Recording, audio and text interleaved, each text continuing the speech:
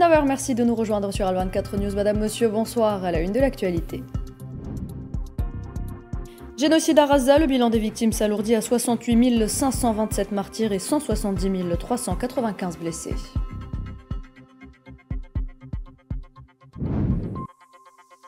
Le peuple sahraoui se mobilise massivement dans les territoires occupés afin de réclamer un règlement international équitable qui garantisse son droit légitime à la liberté, à l'autodétermination et à l'indépendance.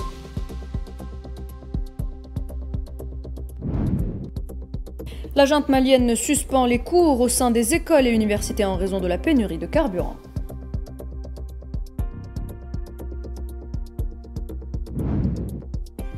Conflit russo-ukrainien, l'armée russe s'empare de 3 nouveaux villages dans le sud-est de l'Ukraine.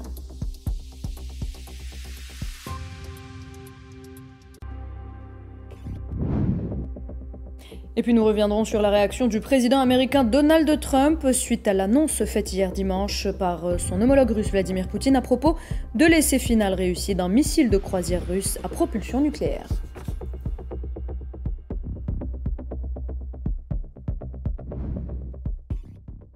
Bienvenue à vous, mesdames et messieurs. Si vous venez de nous rejoindre, on entame cette édition avec le dossier palestinien. Le bilan du génocide sioniste contre la bande de Gaza depuis le 7 octobre 2023 s'est alourdi une fois de plus ce lundi. Les autorités sanitaires palestiniennes dénombrent 68 527 martyrs et 170 395 blessés. Rien que durant les dernières 48 heures, les hôpitaux de Gaza ont accueilli 8 martyrs retrouvés sous les décombres ainsi que 13 nouveaux blessés.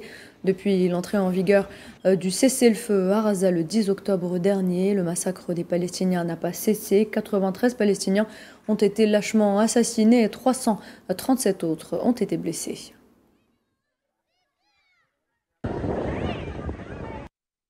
A noter également que 2 civils palestiniens sont tombés en martyrs et plusieurs autres ont été blessés après qu'un drone sioniste ait bombardé un groupe de citoyens dans la ville d'Abassan el-Kabira, à l'est de Khan Younis, au sud de la bande de Gaza. Les forces sionistes ont également tiré à l'aide de mitrailleuses lourdes de manière continue et intensive en direction des zones orientales de Khan Younis.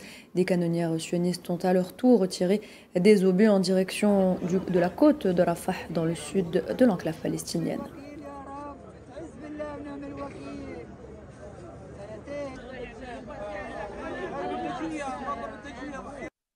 Et avec l'entrée en vigueur du cessez-le-feu à Gaza, l'heure est venue pour les habitants de faire un état des lieux de la dévastation. Nombreux sont ceux qui, munis de clés de leur maison, n'ont trouvé que des ruines. D'autres ne savent toujours pas si leurs maisons sont toujours debout, car des zones de l'enclave leur sont toujours interdites d'accès. On fait le point ce soir dans ce sujet signé Soïla Kilal. Symbole de sécurité et d'avenir pour le commun des mortels, les clés sont à Gaza un vestige d'une vie passée. Quand Amel et sa famille ont été forcés de quitter le nord de l'enclave, ils ont emporté les clés de leur maison, pensant pouvoir y revenir un jour. Mais à leur retour, les ruines avaient remplacé leur maison. Amel n'est pas un cas isolé. Nombreuses sont les familles, si ce n'est toutes, à avoir gardé leur trousseau de clés. Des clés qui aujourd'hui ne servent plus à rien, puisque des quartiers entiers ont laissé place aux ruines.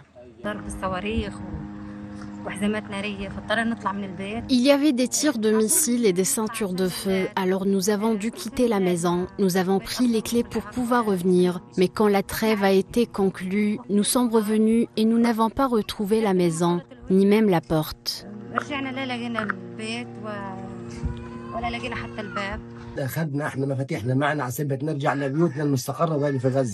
Nous avons emporté nos clés, pensant retourner chez nous à Gaza. Nous sommes rentrés et n'avons trouvé aucune maison. À notre retour, notre maison était rasée, complètement détruite. Plus de maison, plus rien, plus de vie.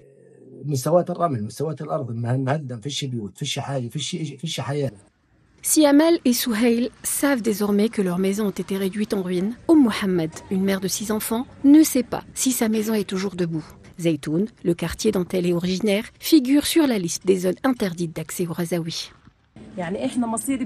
Nous ne savons pas ce qu'il est advenu de nos maisons. Ont-elles été détruites? Sont-elles toujours là? Personne n'est autorisé à retourner à Zaytoun. Nous voulons rentrer chez nous. Nous avons encore la clé, mais nous ignorons ce qui nous arrivera. Malgré le désastre qui les entoure, les Gazaouis ne sont pas prêts à abandonner leur terre. Plus qu'une racine, pour eux, c'est une question de vie ou de mort. Ce sera toujours notre terre, notre berceau. Nous y avons vécu, nous y avons grandi. Je suis né dans le camp de Chata et j'ai vécu à Jabalia. Comment pourrais-je quitter la Palestine ou même quitter la bande de Gaza? Je ne le pourrai pas. Nous sommes comme des poissons. Si on nous sort de l'eau, nous mourrons. Même si elles ne servent plus à grand-chose, les clés des maisons représentent pour les Razaouis le souvenir d'une vie qui ne reviendra plus et l'espoir d'un avenir qu'il faudra bâtir pierre par pierre. Le drame basé sur des faits réels de la réalisatrice tunisienne Kautar Benhania, la voix de Hind Rajab, a été diffusé pour la première fois à Raza hier dimanche. Le film a été projeté sur un écran de télévision dans un décor improvisé au milieu des décombres de Deir el-Balah. La voix de Hind Rajab a été déjà en compétition à la Mostra de Venise en septembre dernier où il a remporté la distinction de Lion d'argent du Grand Prix du jury ainsi que 6 autres récompenses. Le film a également été fortement ovationné après sa première.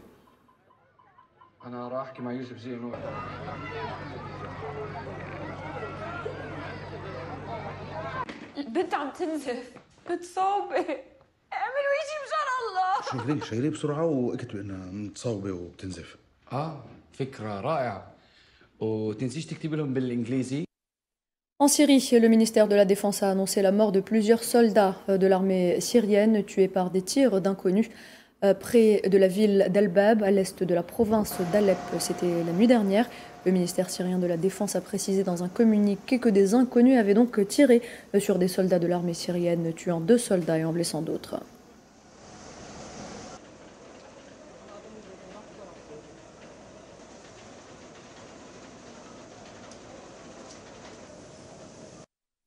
Je vous le disais en titre, le peuple sahraoui est sorti aujourd'hui dans les territoires occupés pour participer à une mobilisation populaire massive afin de réclamer un règlement international équitable qui garantisse son droit légitime à la liberté, à l'autodétermination et à l'indépendance. Les Sahraouis ont exprimé leur rejet catégorique des tentatives de contournement de la légitimité internationale, affirmant leur attachement aux résolutions qui garantissent le droit inaliénable du peuple sahraoui à l'autodétermination et à l'indépendance totale. Cette révolte populaire fait suite à la présentation par le Front Polisario de sa proposition élargie au secrétaire général des Nations Unies visant à relancer le processus politique sur des bases claires fondées sur la légitimité internationale.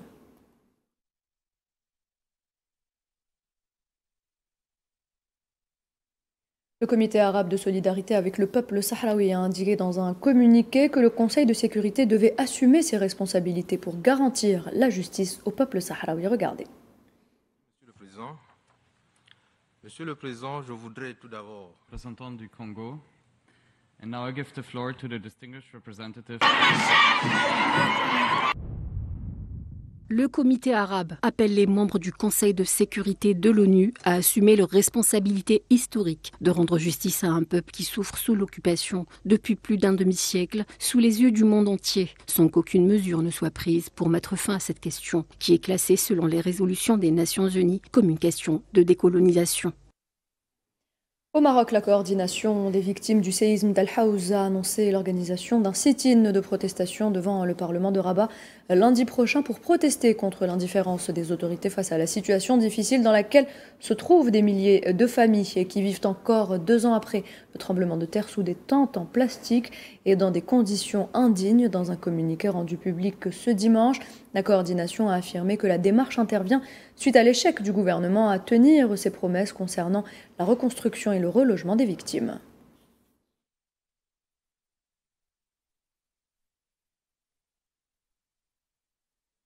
La junte au pouvoir au Mali annonce la suspension des cours dans les écoles et les universités à partir de ce lundi, et ce pour 2 semaines à cause des difficultés d'approvisionnement en carburant dû à un blocus organisé par les groupes terroristes dans ce pays. Le ministre malien de l'Éducation nationale, Amadoussi Savané, est lors d'une allocution télévisée estimé qu'un réaménagement des calendriers scolaires s'impose en raison de la grave pénurie de carburant qui sévit dans le pays.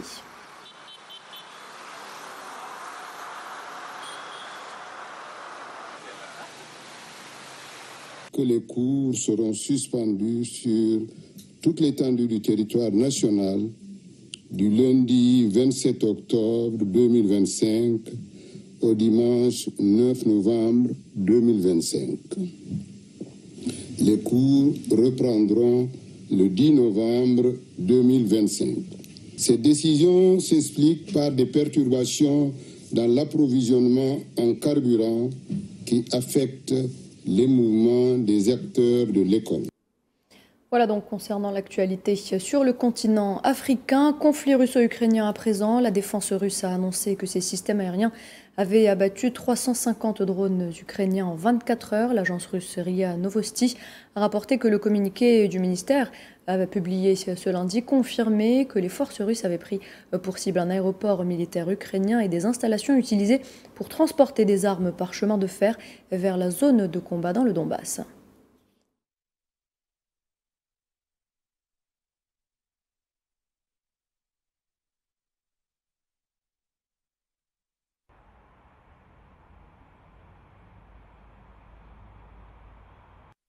Et sachez que le ministre ukrainien des Affaires étrangères a déclaré ce lundi que l'Ukraine travaillait en étroite collaboration avec les États-Unis et ses alliés européens pour accélérer la livraison de systèmes de défense aérienne et aider à résister aux frappes russes sur le secteur de l'énergie pendant les mois d'hiver. Lors d'une conférence de presse conjointe avec son homologue estonien Andriy Sybiha, a souligné l'importance de recevoir au moins 10 systèmes patriotes le plus rapidement possible, ajoutant que la défense aérienne était une question clé discutée lors des discussions entre le président ukrainien Volodymyr Zelensky et le président américain Donald Trump.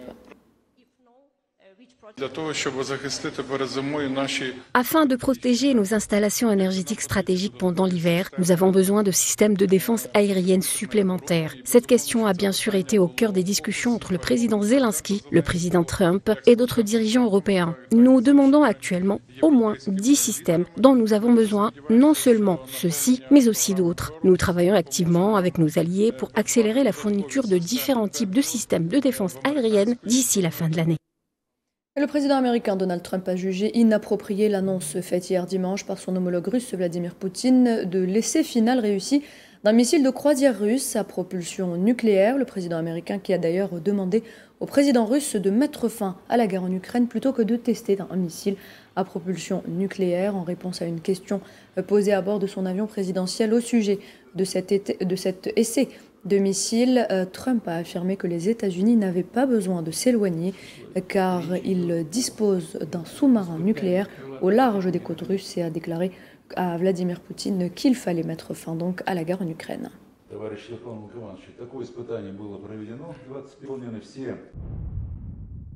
C'est inapproprié de la part de Poutine de faire cela. Il devrait mettre fin à la guerre en Ukraine. Cette guerre qui devrait durer une semaine entrera bientôt dans sa 4e année. Voilà ce qu'ils devraient faire plutôt que de tester des missiles. Ils savent que nous avons un sous-marin nucléaire, le meilleur du monde, juste au large de leurs côtes. C'est une création unique que personne d'autre monde ne possède.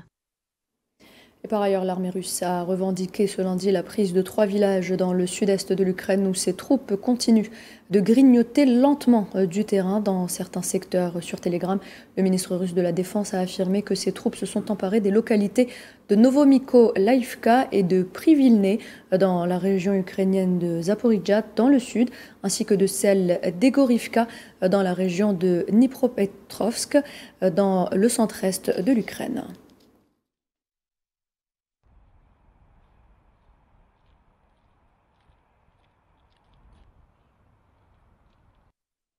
Le Kremlin a par ailleurs déclaré que la Russie serait guidée par ses propres intérêts nationaux après les derniers propos de Donald Trump sur la fin de la guerre en Ukraine. Le porte-parole du Kremlin, Dmitry Peskov, a justement affirmé que le test de missile Burevestnik n'avait en aucun cas l'objet de tendre les relations avec Washington.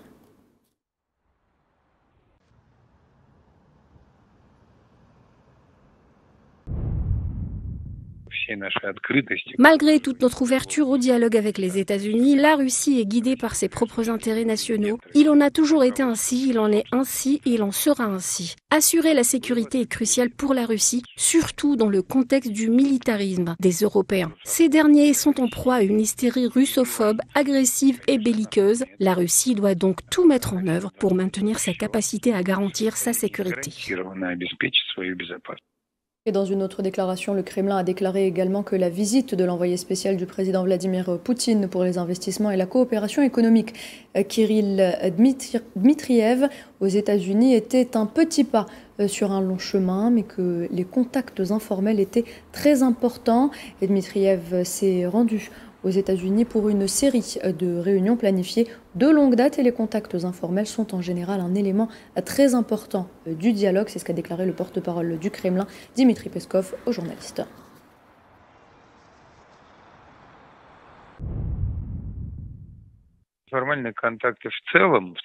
Les contacts informels constituent généralement un élément essentiel du dialogue, d'autant plus que les États-Unis ont pris des mesures hostiles à l'égard de la Russie. Ils sont donc importants. Ce n'est qu'un petit pas sur un long chemin. C'est ainsi qu'il faut le considérer. Ce travail est nécessaire, mais il faut faire preuve de beaucoup de patience. Le porte-parole du ministère chinois des Affaires étrangères, Guo Jiakun, a commenté la réunion que la Chine et les États-Unis avaient eue, les qualifiant de discussions commerciales franches et constructives. Pékin a confirmé que les deux parties ont convenu de définir les détails spécifiques et de compléter leurs procédures d'approbation nationale respectives. Pékin qui a récemment limité les exportations de minerais rares nécessaires aux technologies avancées. Et Trump a réagi en menaçant d'imposer des droits de douane supplémentaires sur les produits chinois.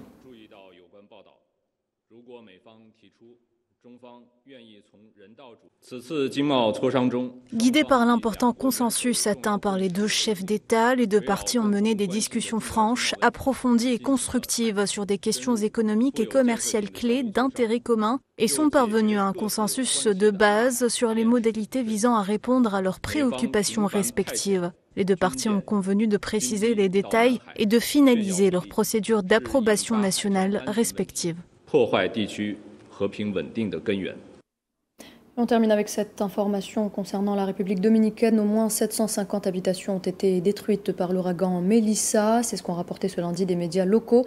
Selon les mêmes sources, près de 3800 personnes se sont retrouvées sans abri. Ce lundi, l'ouragan Melissa a atteint la 5e et plus haute catégorie sur l'échelle de Saffir-Simpson, avec des rafales de vent pouvant atteindre les 72,2 mètres par seconde. Il se dirige actuellement vers la Jamaïque où des opérations d'évacuation sont déjà en cours. Selon les spécialistes, Melissa pourrait devenir l'ouragan le plus puissant jamais enregistré en Jamaïque depuis le début des observations de ces phénomènes naturels.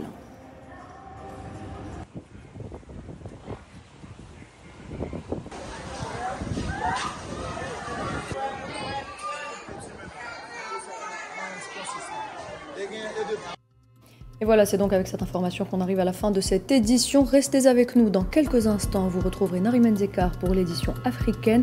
Quant à moi, je vous souhaite une très bonne soirée sur Al24 News.